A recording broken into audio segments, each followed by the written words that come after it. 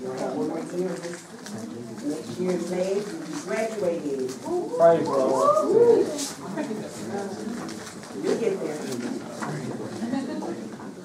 Okay, so let's start on large animal. We're going to start from the carcass of the front limb, distally, and then the tarsus on the hind limb or back limb, distally. So for the carcass, we typically do 5 routine views, and then 2 skyline views, and those two skyline views are also called tangential views. So you all have heard of this, correct? All right, great.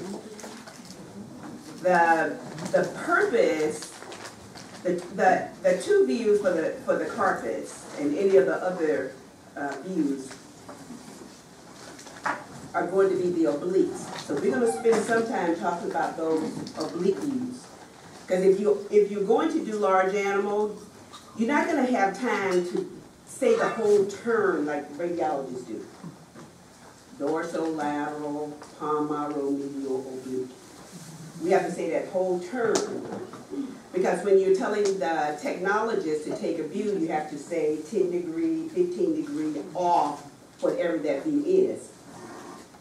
For you all, as students and practitioners, you're going to cut it short. You're going to call it a lateral oblique and you're going to call it a medial oblique. But you need to know which one is which and why you say what you say.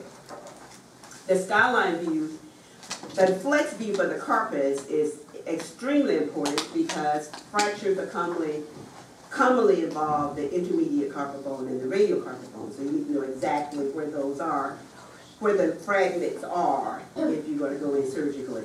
It's not like small animal, you just go into the joint. You don't have much space, but for equine, you want to be able to know exactly where it is so that you can go in laparoscopically, or arthroscopically. The 2 tangential views, again, because of the proximal and distal row carpal bones, you need to know which row that you're looking at, proximal row or distal row. So that's an introduction. Okay, and then for the carpus, and I'm using some old films, but if you do it digital, it's the same concept. It's the same concept. Your markers are placed on the lateral surface. On the lateral surface. Any DP or AP. Now the AP, I'm still using AP because that's what some of the large animal people are using and some of the the large animal people. The anatomists, the radiologists, as I mentioned before, we have to follow what the anatomists say. So when the anatomists change the terms, we change the terms as well. But some of the large animal people refuse to change, so I just use both of them. So you've heard AP before with some people, correct? Anterior, posterior, AP, they use it in humans. And in humans, they never changed. And so when I was in school, we were using AP. Now it's DP, dorsopalmar. So when you're talking about the views, you're referring to the entrance and exit of the X-ray beam. The entrance and exit of the X-ray beam. For flex lateral, in any other lateral view, the mark is placed dorsal to the limb. And that's easy that you all can see that. Now, what's the purpose of the flex lateral, as I said? Number 1 is the intermediate bone, I before R. I, intermediate before R, radiocarpal. Intermediate is projected most proximally. So then you see the distal margin of the intermediate carpal bone superimposed on the radial carpal bone that we see is number 2 here. So you can easily see chip fractures because you see each of those surfaces. So you see the dorsal proximal part of the intermediate. You see the dorsal proximal part of the radial carpal. You see the dorsal distal of the intermediate, and you see the dorsal distal part of the radial carpal. Dorsal distal, dorsal proximal. So that is the purpose of the flex lateral view in particular. Now let's talk about the oblique views. Now if you know this already, we can get through this real quickly. Okay, so I have been teaching this now for well over 40 years. And I change it every year. So this year, you're going to use your land. You're going to use your land to understand. So now, I'm going to move forward and then I'm going to go backward. Because you need to, once you get it, you got it. You don't have to do it. You can figure it out. But if you have to mentally process how the film is placed on the leg, where the beam is, you're going to get confused. And you don't have time. Because you got to get through it. You can't go, oh my God, let's see which view this is. And you're 50-50, you can't be 50-50.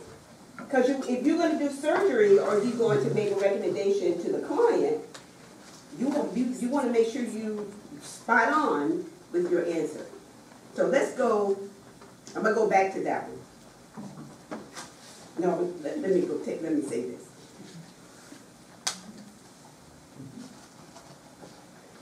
There are four surfaces when you talk about oblique views. The beam enters on one surface and it exits, of course, in the same direction on the caudal part of the palmar or plantar part of the limb. So if you look at this x-ray beam, it looks like it's upside down. But that's the only way I could put it so that you can get the understanding. So the x-ray beam, this is obvious, isn't it? The x-ray beam enters on the dorsolateral surface. We don't typically say lateral dorsal. We start at the dorsal and go 360 degrees.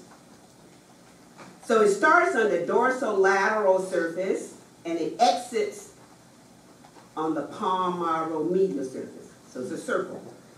Dorsolateral, palmaro-medial, and you got to say the word oblique. Okay, that's pretty clear concept, right? Mm-hmm. Okay, great. If you look at the image, the diagram, it looks a little, it almost looks like a VP view. That's why it looks confusing. But just look at the diagram to get the concept. Okay, now, you can either do several things, and I don't really care. You can draw yourself a circle, have an x-ray beam enter and exit. Now, x-rays follow in a straight line. They don't start on the surface and curve. So if it starts on the dorsal, and I believe it, I mean, students going to mix it up. So I'm saying that x-rays don't go through and then all of a sudden go to another surface. They're going all the way through. So it doesn't matter if the x-rays started on the dorsolateral or they start on palmaro-medial. The film itself is going to look the same because the two surfaces are superimposed. Okay, so, but typically we don't do radiographs under the horse like that. You start on the front so you can protect yourself and get out the way. Especially with the ray beams. I almost got killed by one. But okay, I'm still living. I'm going to try to be funny with this. That's my funny person right here.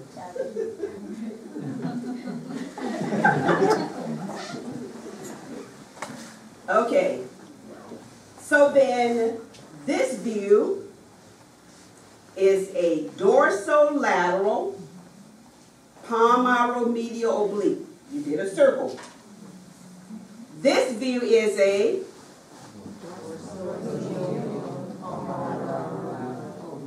oblique. Yay! Now, did I not say that the two surfaces are superimposed? If they're superimposed, can you see them? So what do you see? The opposite surfaces. So on this view, when you call it the term, you're actually evaluating the opposite surfaces.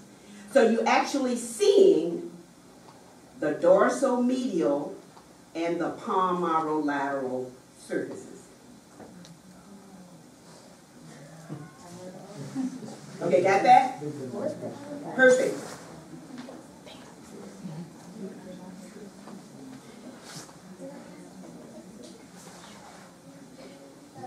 Sure. Because you're going to have a little quiz at the end. Well, it's not a quiz. You're going to have a little, activity at the end. You're going to work with a partner. Okay. So the X-ray beam is turned based on the entrance and exit, but you're evaluating the opposite surfaces because you can't see the one with the X-rays going through because they're superposed. Okay. Now your brain, you don't have time for your brain to process that. So we're going to do some shortcuts. We're going to do a shortcut.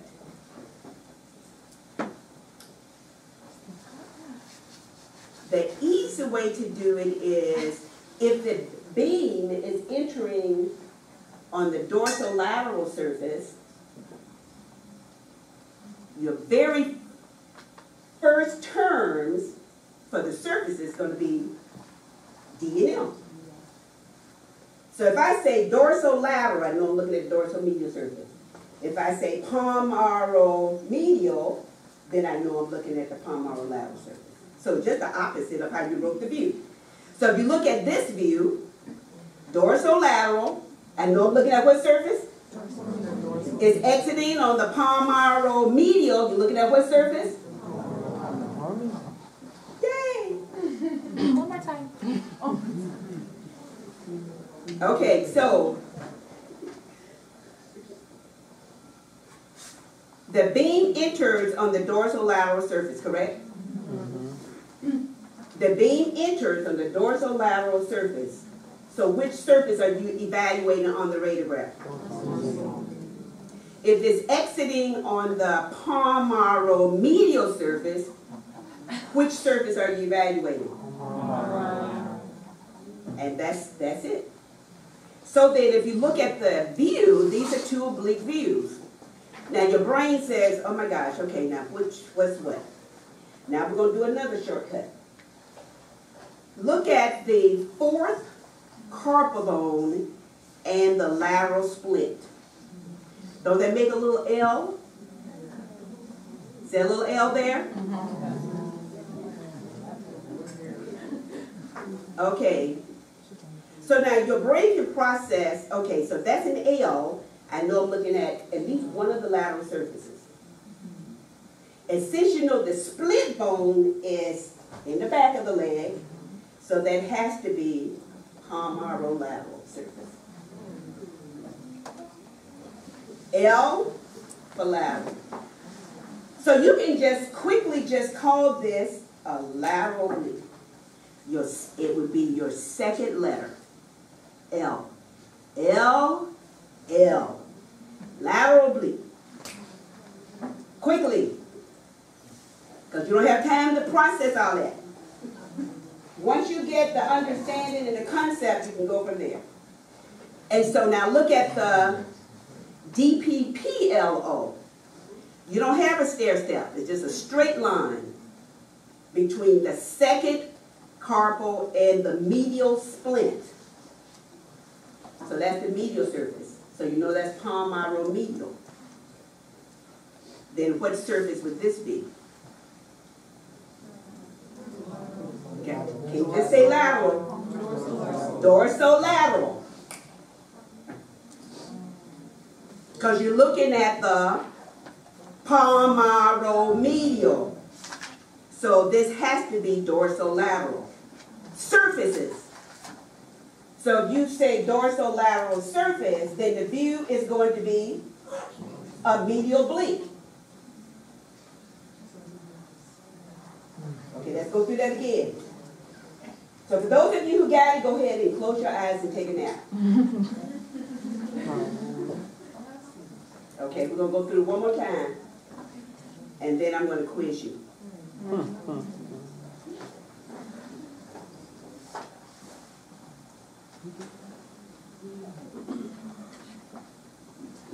So if you look at this view, and you find your little L, it's the same for the tarsus. It's the same for the tarsus. It's not as prominent on that lateral surface, plantar lateral surface, but your L would be still there because the fourth tarsal bone and the lateral splint are not completely aligned. They kind of jut out a little bit.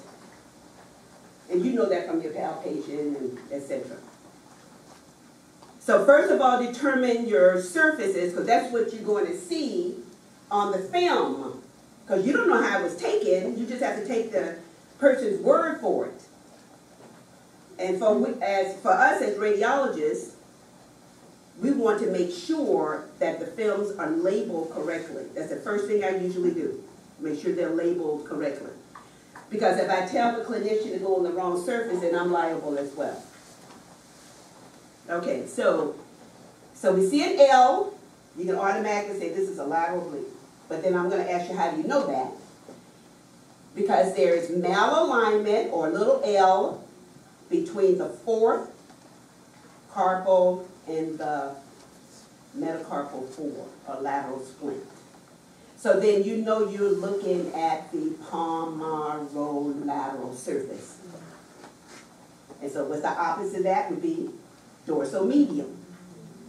And which view is it? Dorsolateral palmaromedial. So you just switch it. Okay, everybody got that? Yay.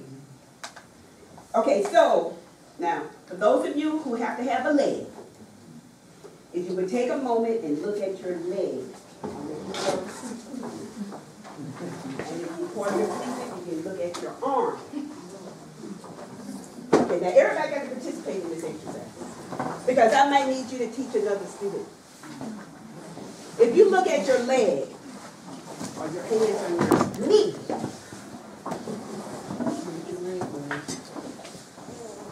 the very first, in front of your knee is, what surface is that? Okay, that's dorsal. So then move to the right. What surface are you on?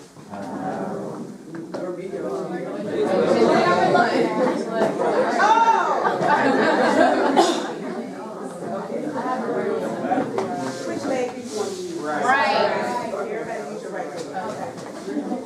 Okay, so your kneecap is located on what surface? Okay, move to your right. Okay, but if you're going to do the X-ray oblique view, what surface would that be? Dorsolateral. Dorsolateral. So, if you look at your leg, then what's the other surface that you're not, the X-ray beam is not, you're not seeing? No, you can't say medial. That would say two terms. Dorsomedial. No, dorsomedial.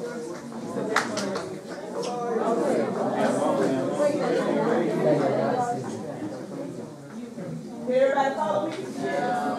No? Okay, so, because some students have to really see it on their leg or see something. So for those of you who that's going to be confusing, it's okay. Use a circle or use something else. But everybody got to come to the same answer. So if you're using your right leg and you move the X-ray beam to the right of your kneecap, what surface is that? All right, then the X-ray beam is going to exit on the palmaromedial. So what surfaces are you looking at?